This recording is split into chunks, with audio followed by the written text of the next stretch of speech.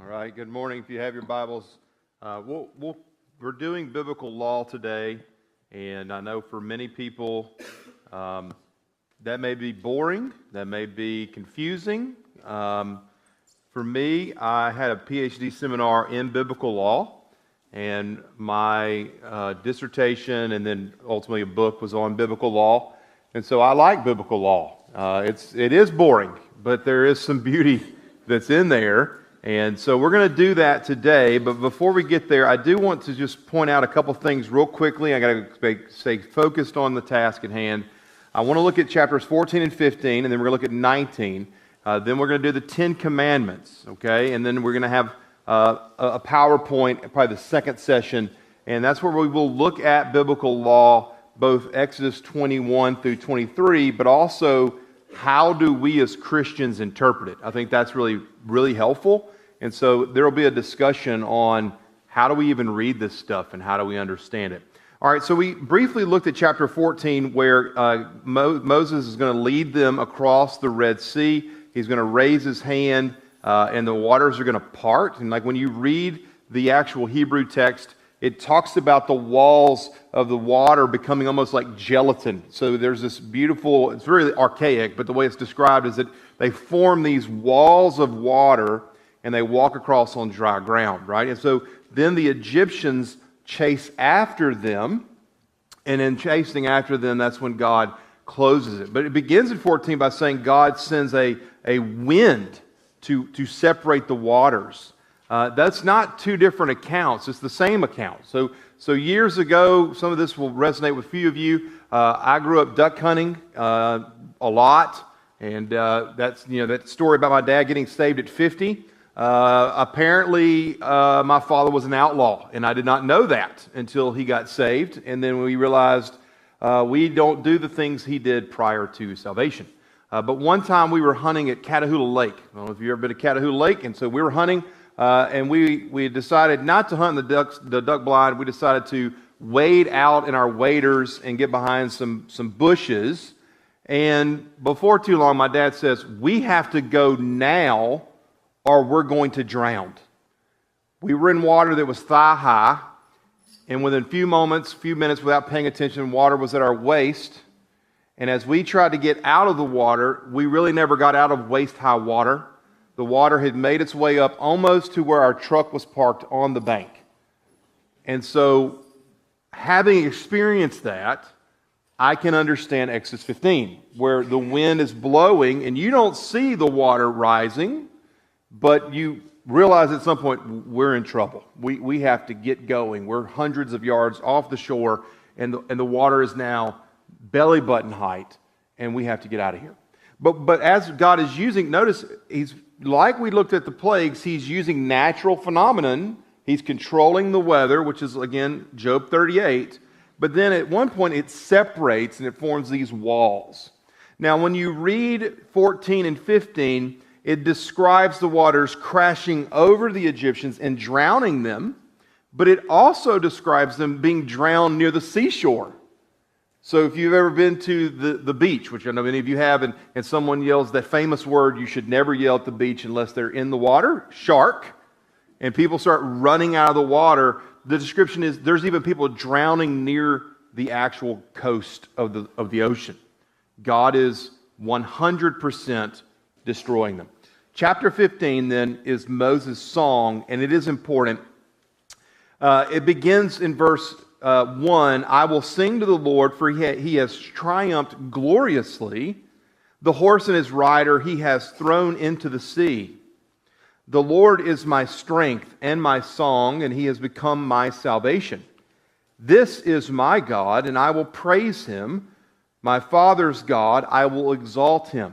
Listen to Moses' words there. I understand that they're inspired by the Holy Spirit, but he's using the very words that God told him in Exodus 3, that I am the God of your father. And he's also praising him. And so, obviously, this is in the book of Exodus, so it's early. But we understand that this is probably the earliest song or psalm sung. And it parallels much of what we see in the Psalter. He is praising God for delivering them from Egyptian bondage.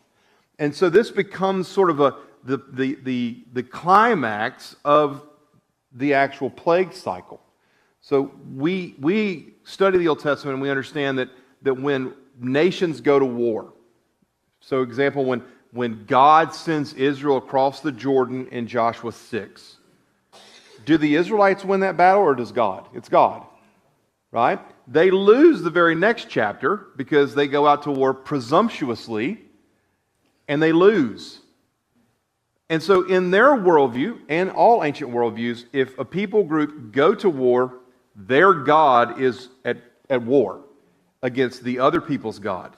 And so if you defeat them, that means their God has been defeated. Which, by the way, now makes you understand the prophets quite well, because the Israelites felt like God has been defeated because they have been destroyed or conquered by the Assyrians or the Babylonians, or the Persians or the Greeks or the Romans. And what is God's message through all those prophetic books? Oh, I have not failed. You have failed your covenant obligation to me. And so we see this in the Song of Moses, the Song of the Sea, where he is declaring God is victorious as divine warrior. And then he goes on and he says, we will praise you. And then the Lord is a man of war. The Lord is his name. And obviously there, the Lord is always Yahweh. He moves in and goes, in Pharaoh's chariots and his host he cast into the sea. He picked officers are sunk in the Red Sea. The floods covered them. They went down into the depths like a stone. Your right hand, O Lord, glorious in power, your right hand, O Lord, shatters the enemy. In the greatness of your majesty, you have overthrown your adversaries. You send forth your fury. It consumes them like stubble. At the blast of your nostrils, the waters piled up. The floods stood up in a heap, and deep congealed in the hearts of the sea. And there's that word I was describing, this congealed water. It almost, when you read it, it's like the water's moving, but it's congealed. It's a really weird translation. And the enemy said, I will pursue, I will overtake, I will divide the spoil. My desire shall have its fill of them. I will draw my sword, my hand shall destroy them. You did blow with the wind, the sea covered them. They sank as lead in the mighty waters. So you can see how verse 10 and verse 5 kind of form what's known as like a literary parallel, where they sank to the bottom like a stone, and here they sank to the bottom like lead. Who is like you, O God, O Lord, among the gods? That's an important phrase, because everything prior to this is showing Yahweh's sovereignty over creation and supremacy over the Egyptians' false deities. Here Moses is declaring, you are divine warrior victory. Who is like you, majestic in holiness, terrible in glorious deeds, doing wonders? You did stretch out your right hand, and the earth swallowed them. You have led in your steadfast love the people whom you have redeemed, and you have guided them by your strength to the holy abode. The peoples have heard, they've trembled, pangs have seized them, and the inhabitants of Philistia, which is on the eastern side of the Mediterranean Sea, which is where Israel will be having issues with those people later. Now the chiefs of Edom, that's the descendants of Esau, will be dismayed. They will then wander through the wilderness as the Edomites will then push back against the Israelites. And the leaders of Moab, you're familiar that the Moabites are the descendants of Lot and one of his daughters in Genesis chapter 19. Terror and dread, verse 16 says, fall upon them because of the greatness of your arm. They are still as a stone. Till your people, O Lord, pass by, till your people pass by whom you have purchased. You will bring them in and plant them on your own mountain, the place, O Lord, which you have made your holy abode. The sanctuary, O Lord, which your hands has established. The Lord will reign forever and ever. It goes on in verses 19 and 20, and then you have an interesting phrase or interesting verse in verse 21 where Miriam, Moses' sister, includes her own song. And in fact, one could argue the first portion of this, if you'll notice verse 21, sounds very much like verse 1. And so Moses says verse 1, but yet here Miriam's song is this, and it almost as if verse 1 and Miriam's song in verse 21 are forming what's known as an inclusio, those literary brackets. And yes, though this is Moses' song of the sea, all of the people were singing this song. It is a worshipful song. Listen to the words of Miriam. Miriam sang this. Sing to the Lord, for he has triumphed gloriously. The horse and his rider he has thrown into the sea. It tells you in verse 20 that the women are dancing and playing timbrels, celebrating the victory of God. And so many scholars will say that verse 21 verse 20 is the context that really these verses couch the entire Song of the Sea.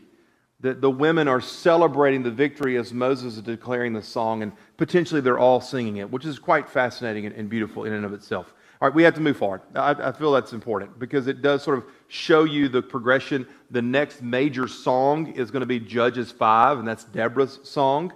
And then you move forward, and that's where you're going to get to the Psalter, where you have those. We're going to now look at chapter 19. We're going to camp out here for a few minutes. I've got to go somewhat quickly to cover the things we have to cover today. In chapter 19, they finally make it to Sinai.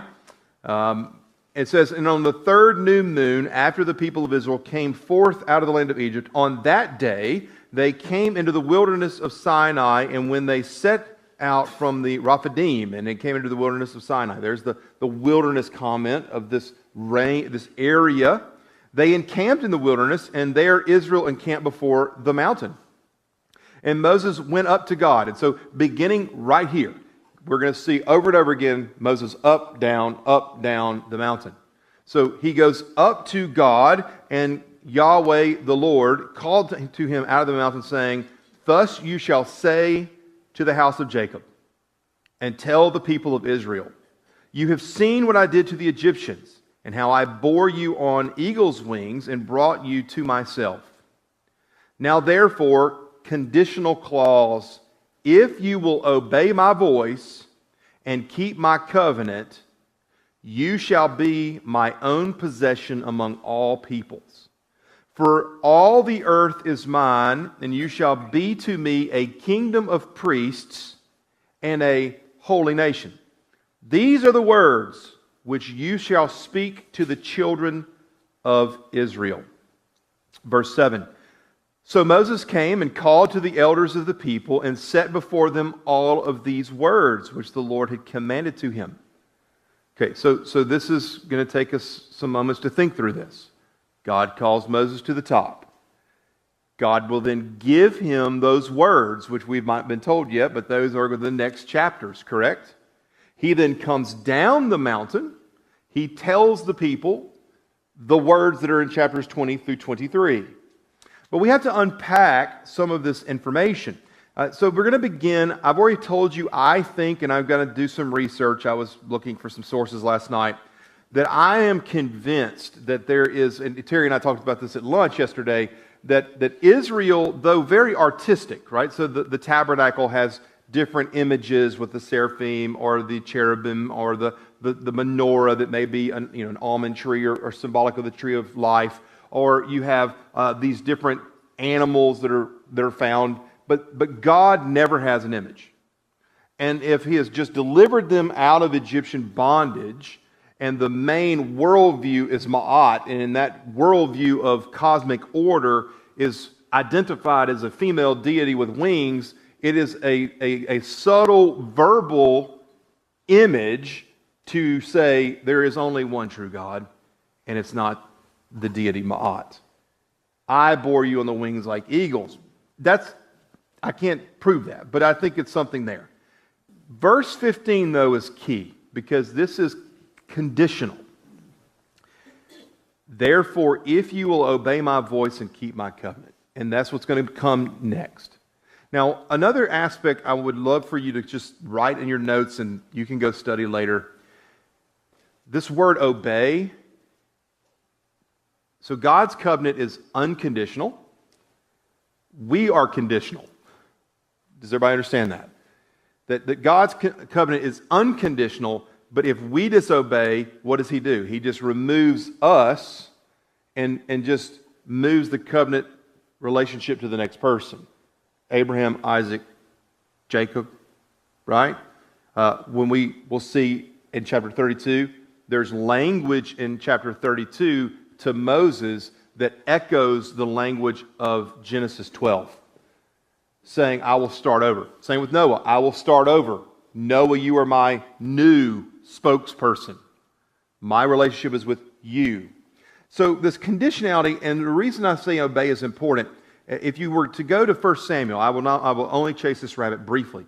In chapter 8 of 1 Samuel, where the elders come to Samuel and say, Samuel, you're old and your sons are worthless. Now appoint for us a king like all the nations round about us. That's verse 4 or 5. And it says, this thing displeased Samuel. I'm pretty much quoting from there. And then God says to him, why are you upset, Samuel? For they have not rejected you as king, they have rejected me as king. And then the very next verse, in verse 8 and 9, God says, now listen, same word, or obey their voice. However, sternly warn them. That's what he says.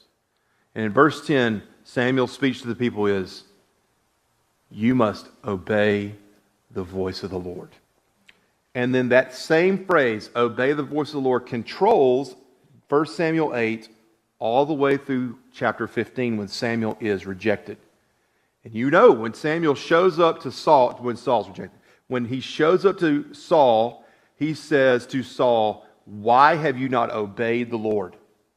He says, I was faithful to the Lord. I offered a sacrifice. And then Samuel gives the most famous text that he says. He says, does God find favor in obedience or sacrifice? Okay. I've got those pretty much memorized. They're 80%, 90% there, but you see that idea that God's covenant requires obedience. If you're going to worship me, who's just delivered you out of bondage, there's going to be a requirement, and that is faithful obedience.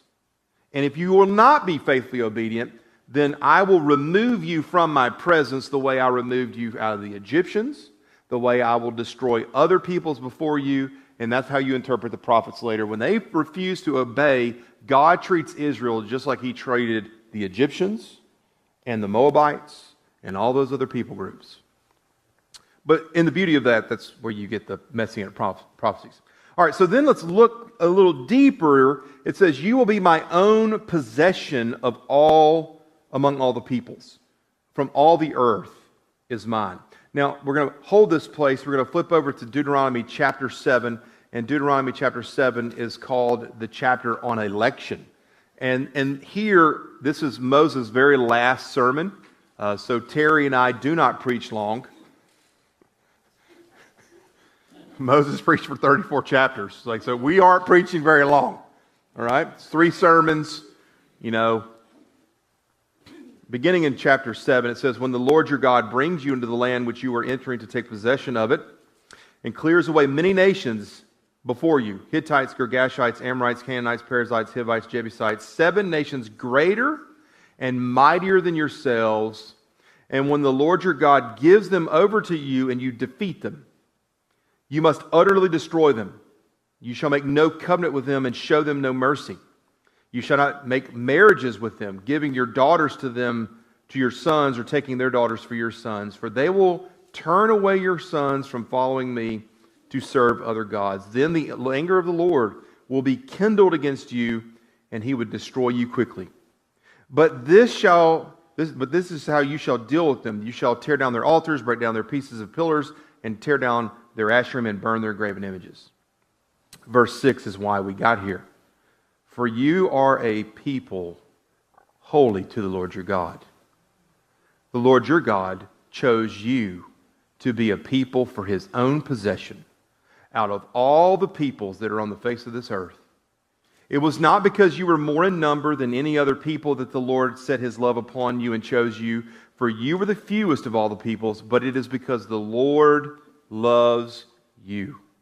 And keeping the oath which he swore to your fathers, that the Lord has brought you out with a mighty hand and redeemed you from the house of bondage, from the hand of the Pharaoh, the king of Egypt. So you now see Deuteronomy 7 is this very powerful text on election, and it's 100% rooted in the Exodus event, specifically chapter 19 that we were just looking at, where in chapter 19 it introduces, you are my chosen possession, you are to be a holy nation, a kingdom of priests, but in Deuteronomy 7 he now explains it and says why this is so important. So back then to chapter 19. He says, you are my own possession among all the peoples, for all the earth is mine. You shall be a kingdom of priests. Now this is a weird text because you have the Levites who are the priests, and you have a specific one family line as the high priest. But what this text is really, I think, getting at, and I was looking at just to make sure I was okay, in a commentary, the argument can be later in Leviticus in chapter 14. It says, you are to be holy for the Lord your God is holy. And so that idea, the word holiness is found 93 times in Leviticus, 85 of those times in chapters 17 through 27, that the notion is that we are to be holy because God is holy, therefore that's how we should interpret kingdom of priests. You are to be holy because God is holy. Not the Levites, not the high priest, all of us. And then he says a holy nation. I think that's kind of important because Peter cites that in his letter, where he says that we, the Christians, are to be a kingdom of priests, a holy nation. And you understand that from a New Testament perspective, right? One year, this is years ago, when I had hair, still fat and ugly, but I had hair. I was in the checkout at Rouse's in New Orleans. And, checkout at Rouse's is a strange place in South Louisiana. So I was wearing a New Orleans Seminary shirt, and a person says, you a priest? No, I go to a Baptist seminary. And he said, do you mind praying for me? And he starts confessing sins in the Rouse's checkout line. And so being a good Baptist, I said, sure, yes, just go home and say 5 Hail John the Baptist. You'll be fine. I did. That's a bad Baptist / Catholic joke. But I did pray for him in the line. But I also told him, I don't have a problem praying for you at all, but you can actually pray to Jesus. Because Peter uses this text saying that we are a kingdom of priests, a holy nation, that we have access through Jesus Christ to an almighty God who mediates on our behalf. It's a weird conversation to have at a Rouse's checkout line. It really happened. And that wasn't the strangest one I've ever had in a Rouse's checkout line. Because your interest is piqued. I had a man holding his child, a little bitty infant, trying to pay, and says, do you mind holding my kid so I can pay? Sure. Sure. Give me your infant. I'll hold him. Weird times. All right, so this text is preparing us then for what's coming. So Moses came and called all the elders, verse 7 again, and set them before them all these words which the Lord had commanded him. And all the people answered together and said, all that the Lord has spoken we will do. So remember, I've already told you, chapters 20 to 23 were written by God, and Moses integrated them in his inspiration of this text. Does everybody understand? So it's kind of strange. There's this event happening, and then chapters 20 to 23 actually happen on top of the mountain. He comes and tells them, and then writes it in the book of Exodus. Okay, so we're kind of following along logistically there. Verse 9, and the Lord said to Moses, behold, I am coming to you in a thick cloud, that the people may hear when I speak with you, and may also believe you forever.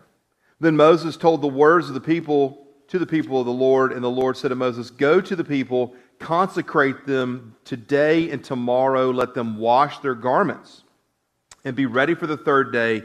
The Lord will come upon Mount Sinai in the sight of all the people, and you shall set bounds for the people around about, saying, take heed that you do not go up to the mountain or touch the border of it. Now, I have to go and look in the text again, but if I was a betting man, I shouldn't say that in a Baptist church, but we are in Shreveport, Bossier. Nor touch it. There's a really important part in chapter 3 of Genesis when the serpent says to Eve, did God really say you can't eat from the tree in the middle of the garden? And then Eve actually answers something that is not told to Adam in chapter 12 or 2, verse 17. She says, we cannot eat of the tree in the middle of the garden, nor can we touch it.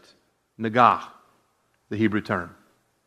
And if that is correct, then that means that, and a friend of mine wrote a dissertation on that, and it's a great dissertation. It's hopefully going to get published, where she argues that the Garden of Eden is holy, but in the middle of the garden is more holy, and that the tree of life and the tree of knowledge of good and evil, God puts a symbolic barrier around the tree of knowledge of good and evil to the point of like, that is even beyond your capability of touching, because that tree provides wisdom, knowledge, and understanding of sin.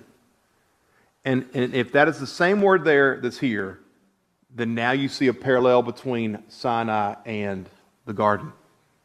God tells him they can't approach the holy space, nor can they reach their hand out and touch it, because that is not permitted. It's too holy. It's too much. Which, by the way, redefines how we understand the tree of knowledge of good and evil. It also solves the conundrum that God is the author of evil, because he's not. Because if that's the tree that provides wisdom, and evil is not evil in the sense that we understand evil, but understanding right from wrong and sin, that is super godly, because only the omniscient God understands that. And the moment they do it, he expels them from the garden. So here, we'll go and look during the break. I'm pretty sure it's the same word. This is why I love teaching the Bible. I've taught Old Testament survey or the book of Exodus for 20 years and just saw that for the first time. Like, that's why it's so beautiful. And it's because I read my friend's dissertation on touching the tree that you're not supposed to touch. Fun times. Sorry, I got sidetracked. That's why all biblical scholars should call themselves students of the Bible and never experts. Verse 13, no hand shall touch him, nor shall he be stoned or shot, talking about if they touch it. And when the trumpet sounds a loud blast or long blast, they shall come up to the mountain. So Moses went down from the mountain to the people, and it's consecrated people. So he was up there, came down. Apparently he went back up, came back down. And then on the third day, thunder, lightning, and all that came down. All right, so do I have any questions? Because we have to move forward. I actually have to get some stuff done today. All right, so we're going to move into the Ten Commandments. So the Ten Commandments are found in two places. Did y'all know that? It's found in chapter 20 of Exodus and Deuteronomy 5. It's also sort of alluded to in Jeremiah 7, when Jeremiah preaches a sermon there at the temple, and he kind of weaves in some of the commandments. So you'll notice in verse 1, it says, and God spoke these words saying, and then verse 2 is sort of a narrative summary of chapters 7 through 15. In other words, you're going to obey me because of chapters 7 through 15. Does everybody understand? So he says, I am the Lord your God who brought you out of the land of Egypt, out of the house of bondage. Now, after we work through the Ten Commandments, we'll go over biblical law, and there will be some stuff about the Ten Commandments, but it's worth noting two things, which you'll see later in the PowerPoint. The first four commandments are what we typically call vertical, between God and humans. I'm sure y'all have heard this before. The next six commandments are horizontal, me to you. So if you get the vertical, your relationship with God, correct, you get the horizontal with one another, correct. You will also notice that the fourth and fifth commandments are in the positive, not the negative. Meaning they don't start with you shall not or do not. Okay? In addition to that, we also understand that these are the bare minimum requirements. They're not the maximum requirements. These are the minimum requirements. Does everybody understand what I'm talking about? And so the way in which these are phrased, they're all in the imperative, contrary to how some of our translations treat them. They're imperatives. They're divine commands. Do not do X. All right, so I will warn you, some of this is going to be new to you. Okay? And it's a good dialogue to have. And so, again, I've done a lot of study on this. Doesn't mean I'm right, but I am warning you. some of this is going to be new. All right, so the first one, it says, "You shall have no other gods," with an S, "before me." Now, obviously, we know that there are no other gods, but God is speaking to Moses, or writing this for Moses, with the understanding that they just came out of Egypt where they believe in gods. It's not a hard concept. We got that.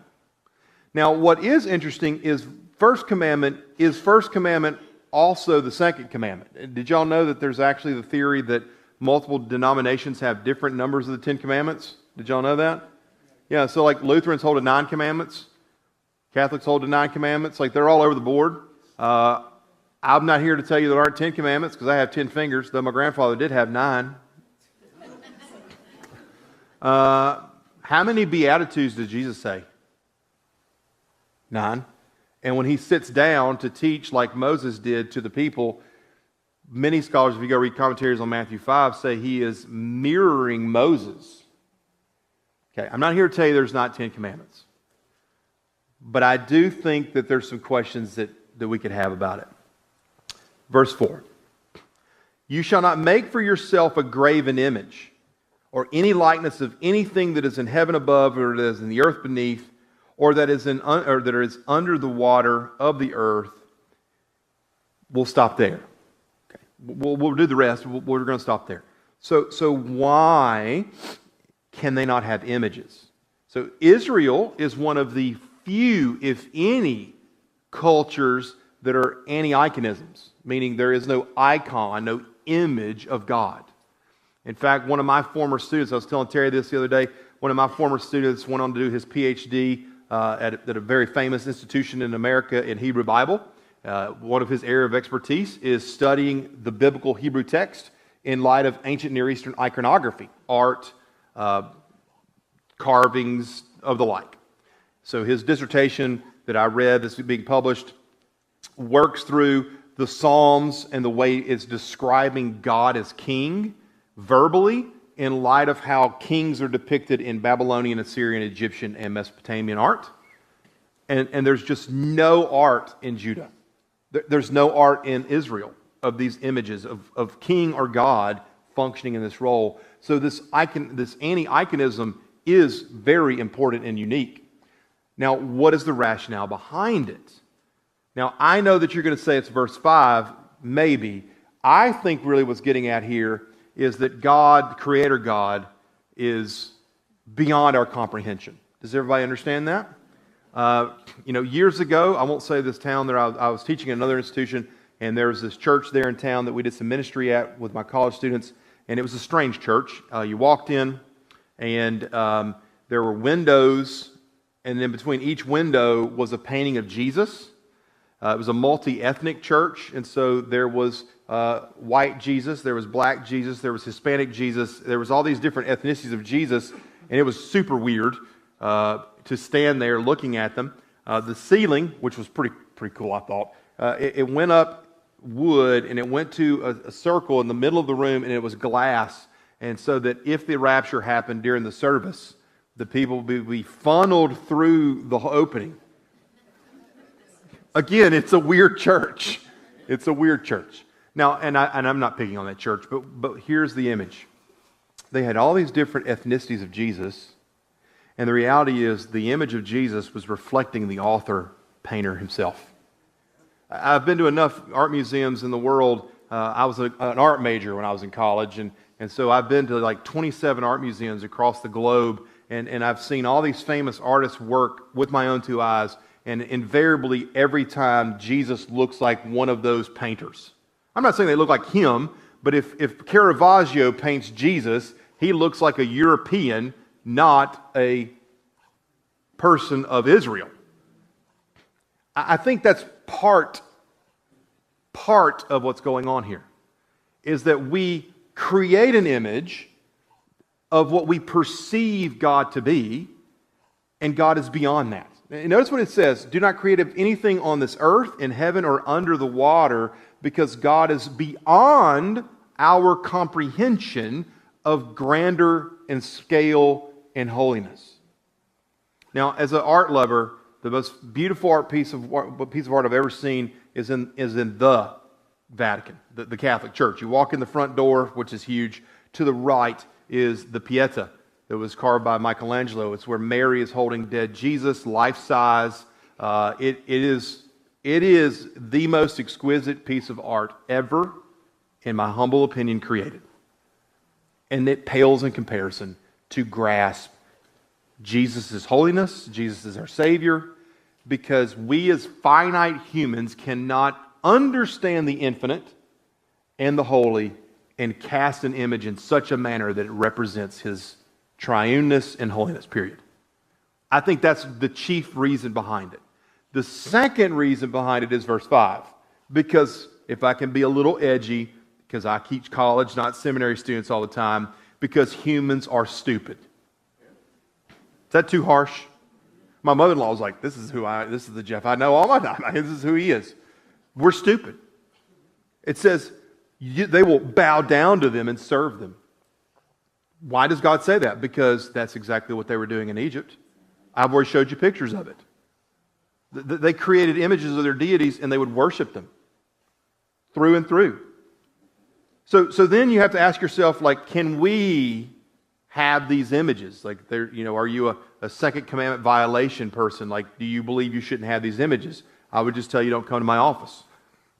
I've got some paintings of Jesus that I got when I was in Greece. I've got a picture by Caravaggio that's from the Vatican in my office. And I know them because I'm an art major, that those are merely human endeavors to draw or paint an image. And at no point do I find myself saying, I think I'm going to worship that. But the moment that I find myself doing that, that is becoming sin. But I also am from a steeped tradition of taking art classes from 4th grade all the way through college where I can disconnect, but for my children, they probably cannot disconnect. So we don't have those images in our home. They're in my office only. So I'm sort of in between in the gray area. Now, Zach may not like this. I'm going to pick on a worship song, because that's one of my favorite things to do. Following in verse 5, it says, you are to bow down to them, worship them, serve them. It says, for the Lord your God is a jealous God. He's jealous for me. He loves like a hurricane. I am a tree.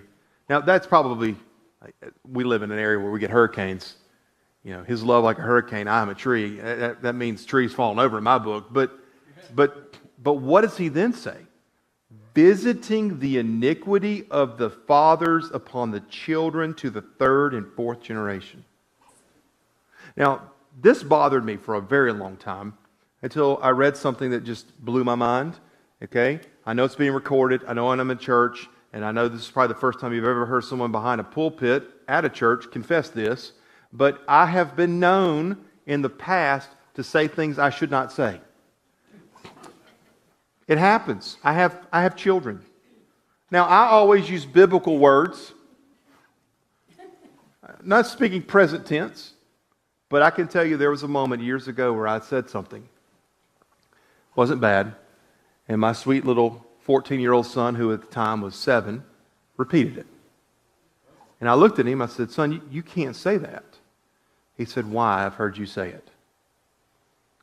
it. Do you understand that verse now? Because if a father creates an image of a deity, the child sees it and does it. And then that child teaches their child to do it. It is not God, this capricious, hateful deity saying, because Jeff sinned, I'm going to punish his great-great-great-grandchildren. He says, no, this sin is so toxic, it makes its way through generations by being passed down. You know why I know I'm right? Judges chapter 6, where Gideon has told, go destroy your father's altar and build back Yahweh's altar. Y'all know that text? Chapter 6 and 7 of Judges. And he says what? They're going to get mad if I do that. He goes, but I am God, not Baal. And by the way, his other name was Jerubbaal. And then after he does that, he goes by Gideon. So I know that that is what is happening. I have repented of said sin, but all of us have probably been there before. Maybe it's not something we said, maybe it's something we did, and your children learn that behavior, and it's learned sin at the hands of the father. And that's how you interpret that text. Verse 6 says, but showing steadfast love to thousands of those who love me and keep my commandments. Now, the word steadfast love in the ESV and in my translation carries with it, it's kind of like that word sovereignty. How do you define sovereignty? Well, you define sovereignty by a sentence. This Hebrew term here, kesed, means the same thing. It's God's loyalty, trustworthiness, faithfulness, love. That's why it's always translated steadfast love. So his steadfast love is for those who refuse to build an image of him. And it does appear that they obeyed this commandment for the most part through all their history. Now, we're going to highlight tomorrow one of the areas that they probably failed at it. All right, are we good? We're good? Because now we get to the part that's controversial. Verse 7. All right, so you shall not take the name of the Lord your God in vain, for the Lord will not hold him guiltless who takes his name in vain. All right, so if you are like my parents, or my father, my mom's no longer with us, but my father, they would say you should never use God's name in a cavalier way, right? So I won't use it as cavalier, and here's an example, but you're driving down the road, somebody cuts you off, and you say, I swear to God, I'll whatever, or, Jesus Christ, whatever. That is not good. Hear me. That is not good. It is actually cavalier, and I would argue it's sin. That is not this text. It's not. It's not. It never has been, but it's our interpretation of it through our tradition, and that's not what this text means. This text means for you are not to speak on God's behalf and it not come to fruition because you have taken the Lord's name in vain. So when Terry stands up and says, thus saith the Lord better have said it. If I stand up and say that God has told me that He will be healed of your illness, if God does not heal you of your illness, who is on the hook for that, Jeff or God? God. Now, more recently, and by the way, that's the traditional, almost every commentary treats it this way. More recently being 10 years in academics, that's pretty recent. Carmen Imes is her name. Carmen teaches at Biola, and she was a student of a very famous evangelical scholar, Dan Block. She has argued, and I think she's probably also right here, that the word take can also mean bear, to carry, to B-E-A-R. You are not to bear the name of the Lord in vain. For the Lord will not hold him guiltless. That seems to line up with Commandment 1 and 2 quite nicely. You have no other gods. You have no other images. You are the image bearers of God Almighty. Chapter 1, verse 26 and 27 of Genesis. And when you live your life out in such a manner that it dishonors God, you have bared His name in vain. To put it differently, Carmen is right. The word here for take does contain the element of bearing the name of the Lord. To put it more contemporarily, we call ourselves Christian, but if we live our lives around people who are our family members or our friends, not part of Airline Baptist, and they can't tell us apart from their lost friends, we are bearing the name of Christ in vain. She's right. She's right. Now, don't hear me say taking the Lord's name the way we were taught is not a sin. It is 100% a sin. But it's talking about either speaking an oath on God's behalf, which doesn't fit here. It's more about bearing your identity as a Yahwist follower, and when we fail to do so, we take His name in vain. I mean, that's why they have that stupid bumper sticker. The Christ I love, the Christians I hate. Have y'all seen that bumper sticker? because people have literally said, I've met Christians, and they don't live out the calling of Christ.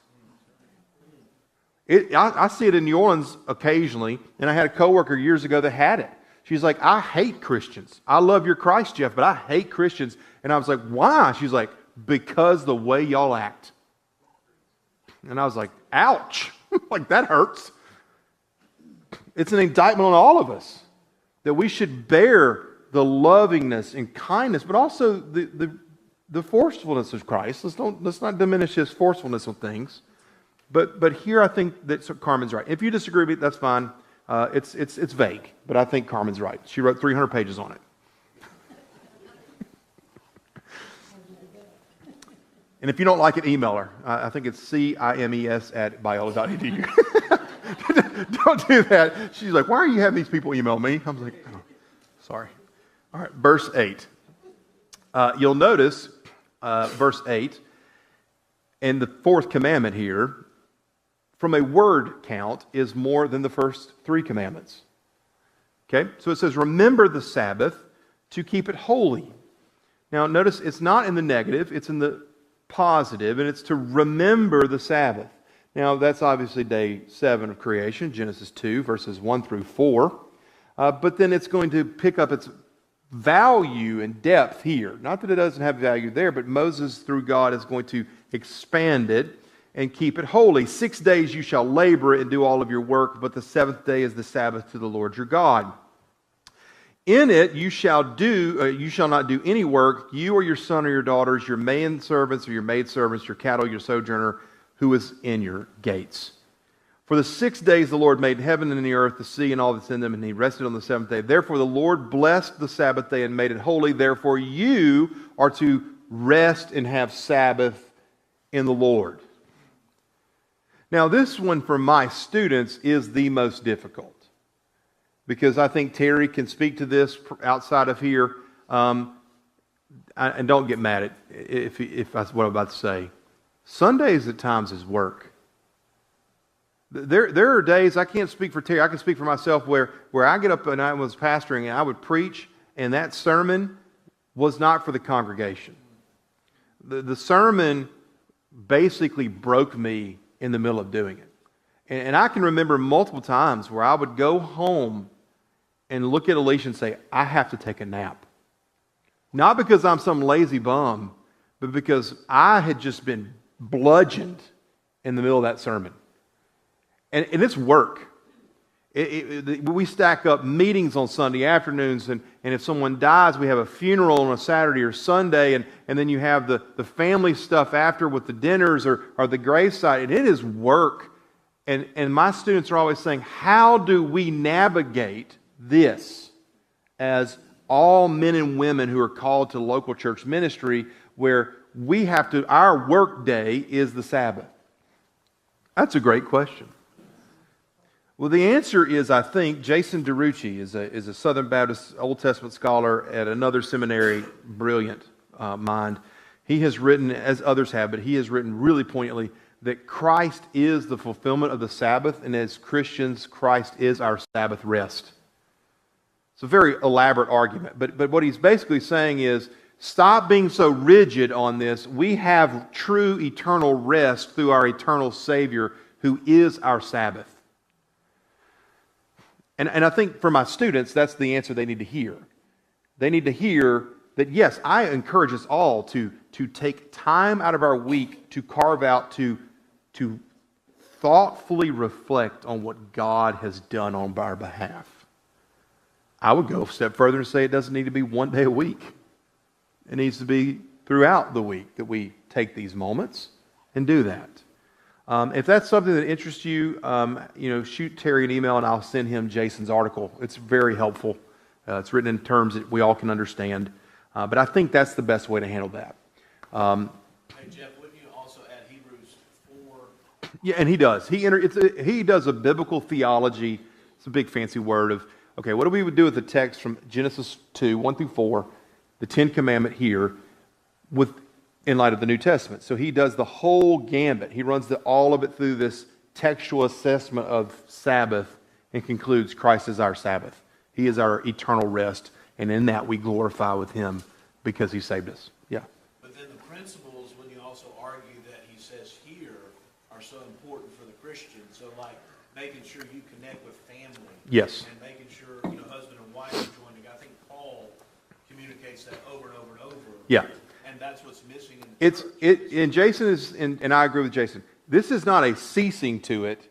It's a repositioning of how we understand it through Christ, which is going to be the second session's discussion on how we interpret law.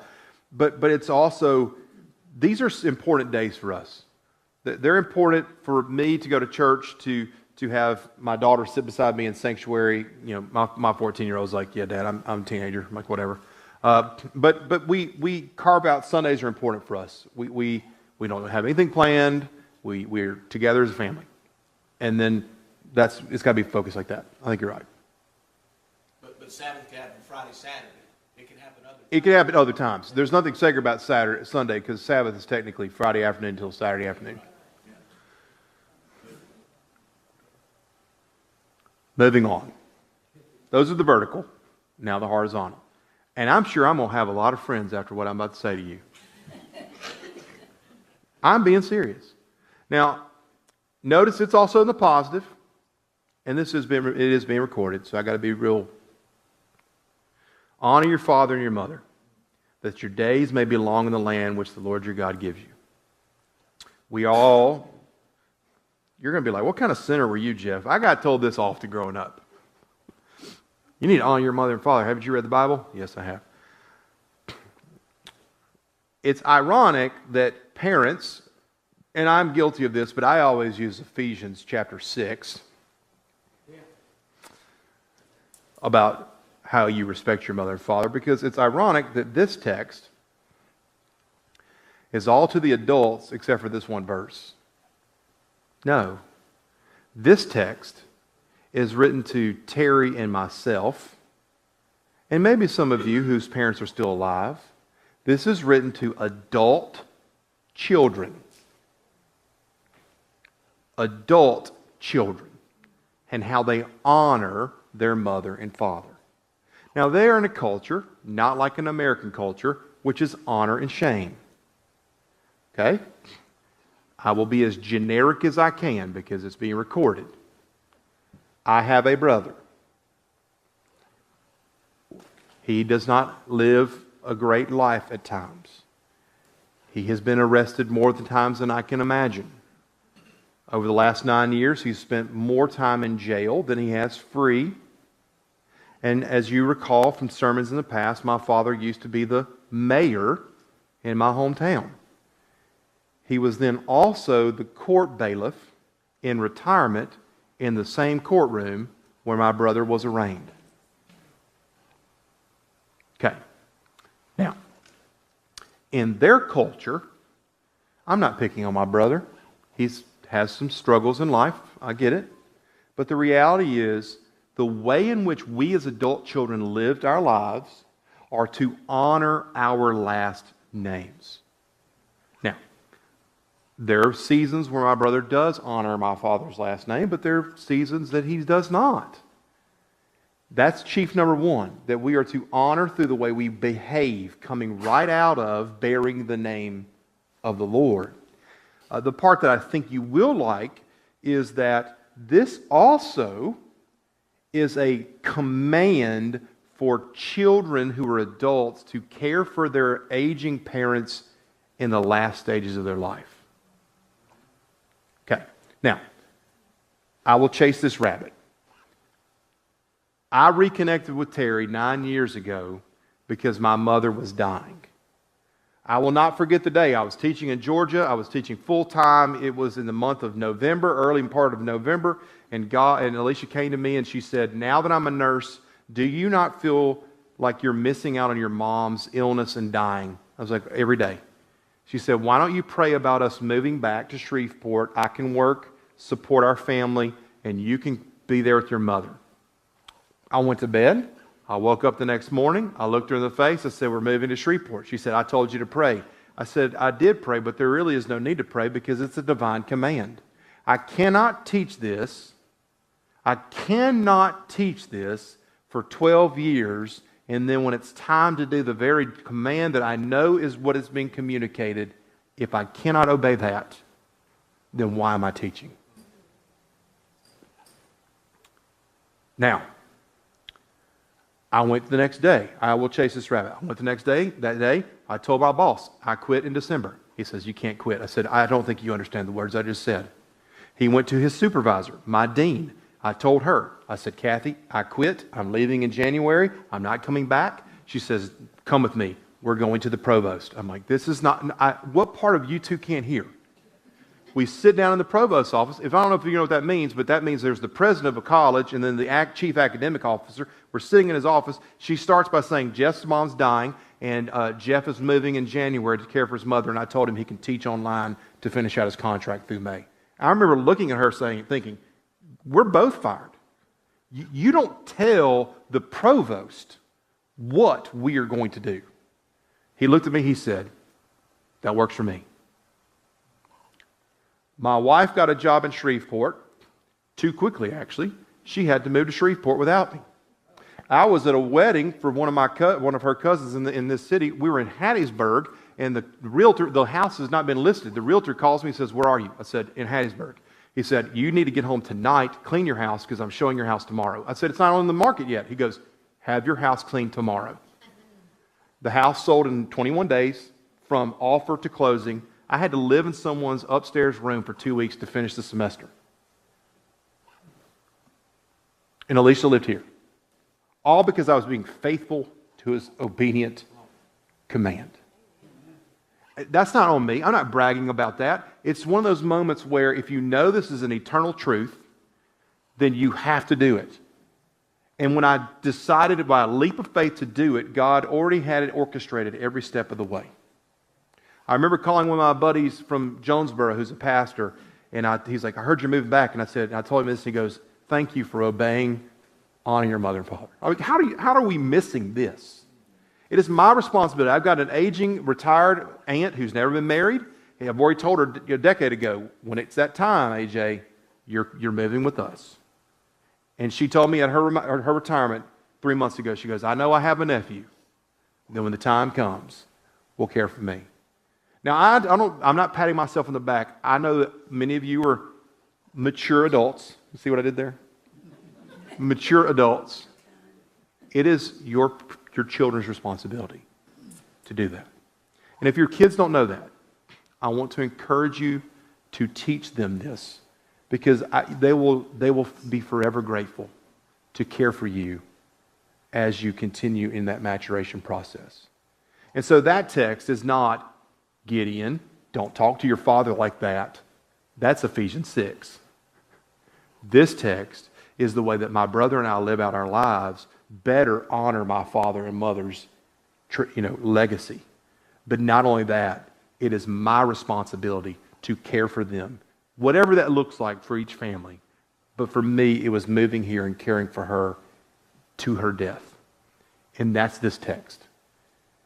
Because God, why do I know this? Because God has cared for their well-being, bringing them to this location, and He is now transferring part of that responsibility to the adult children for those other adults when they're going to start wandering for 40 years. We got to move on. I could do a whole sermon on that. Charlie Tripp also wrote an article on this, if you'd like to read an article by Charlie. Charlie didn't influence my thinking on this. I came to that conclusion, but then I came across his article, and it's really helpful. My translation says, you should not kill. Not all translations are created equal. We know it's you shall not murder.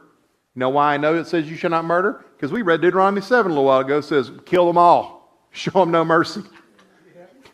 Like God ordains destruction in places, Deuteronomy 7, Joshua 6:21. I mean, but it's talking about murder. Okay? Which means translations oftentimes have political agendas driven behind them. So you always have to check translations when you buy them. Verse 14, you shall not commit adultery. I'm not going to chase that rabbit. You're all adults. You understand what that means. But when I teach college kids, I have to have this conversation. Because it's not just what we determine as adultery. The world now is filled with other forms of adultery that are adultery. And I have to educate young men and women on this. You shall not steal. You shall not bear false witness. Interesting, it's bear, which means it kind of parallels take the Lord's name in vain, that if you bear the Lord's name in vain, you are what? Slandering God's name. Bearing false witness on your neighbor, then, parallels the bearing false witness against the deity. And then the last one is a difficult one, and I'll explain in a minute. So you shall not covet your neighbor's house, your neighbor's wife or maidservants. And so some denominations separate those two as two different commandments, coveting material goods as a house, and then humans and animals. It's, to me, irrelevant. But what does covet mean? Okay, so I was also told this. Growing up, we weren't really wealthy at all growing up. Over time, my dad got better jobs and we had more money. But I remember as a young boy, as a seventh grader, I wanted Michael Jordan tennis shoes. I'd always wanted Michael Jordan tennis shoes my whole life. And my dad was like, son, we can't afford Michael Jordan tennis shoes. And I would say, but my buddy Jack has them. And he says, don't covet. Well, by definition, that's don't covet. But really what covet is that I'm making plans to acquire Jack's Michael Jordan tennis shoes. It's a mental sin. Does everybody understand? We also know, we see this in the Scriptures. 2 Samuel chapter 11. David sees her. He asks, who is that? The text then cryptically says, and one said, that's Eliab's daughter, the wife of Uriah, which is super strange. Usually they identify them as, that's the daughter of, or the wife of. And here, whoever the one is, says, that's Eliab's daughter, and that is Uriah's wife. And the very next verse says, and David sent for Bathsheba. Okay, so to me, that is the covet. He sees her, he asks, that's fair. But when told she's spoken for, he should have said, thanks, I'll go keep looking elsewhere. But he says, no, go get her and bring her to me. That's sin, but it's ultimately adultery, the next section, right? So that's the covet component. Okay? Now, I'm still working this out. You can disagree with me on this. And I mean, again, I'm not always right. I'm 80% of the time right, 20% of the time wrong. And like men, we never know when we're wrong. That's a good one.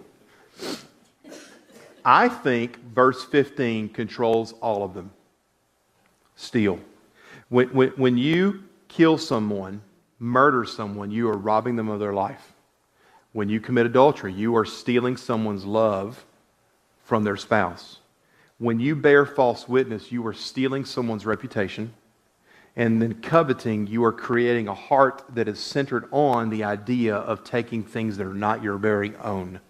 And so I think, and ironically, it is in the middle of all of those. Does everybody see? And you can even probably extend it into honor your mother and father, that when you do not honor your mother and father, you are stealing them of their honor. And so I do think the one that's the most basic of them all is actually the core of what all of those become. And so, again, remember, these are the minimum requirements. They're not, oh, if I just attain these. No, this is the starting point. Everything else goes up. All right.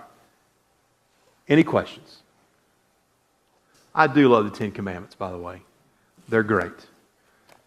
Jesus, when asked by the Sadducees in one place and the Pharisees in the other, they said, what's the greatest commandment? And he quotes Deuteronomy 6:5. He says, love the Lord your God with all of your heart, with all your soul, with all of your mind. And then he goes, but also love your neighbor as yourself, Leviticus 19:18. It appears that Jesus, and not just Jesus, all of Judaism were able to isolate those two texts to identify the twofold structure of the Ten Commandments. The first four being vertical, love the Lord your God with all of your heart, with all of your soul, with all of your mind and might. And then love your neighbor as yourself, which are the horizontals, which is then fascinating. Jesus, with one of the parables, asks the Jewish lawyer, who is your neighbor? And that introduces the Good Samaritan parable. So what we know then is that Judaism abused that component. All right, so that's about a good time to take a break because we're 15 after, 12 after. Let me ask a prayer over the snacks. Based on what I saw yesterday, we need to pray for like trans fat being changed over to healthy calories. Do you remember, did you pray that one time? Or no, it's my other friend from LC that prayed that. I was like, what are you doing? All right. Heavenly Father, we are thankful for just your word. You know how much I love the Ten Commandments. It's like one of my favorite things to lecture on. And it just is a challenge every time that I read it and study it to be a better father, a better son, to be a better follower of Christ. Let us, none of us, ever bear your name in vain. Let us always champion Christ in how we live our lives with our families, with our coworkers, with our friends.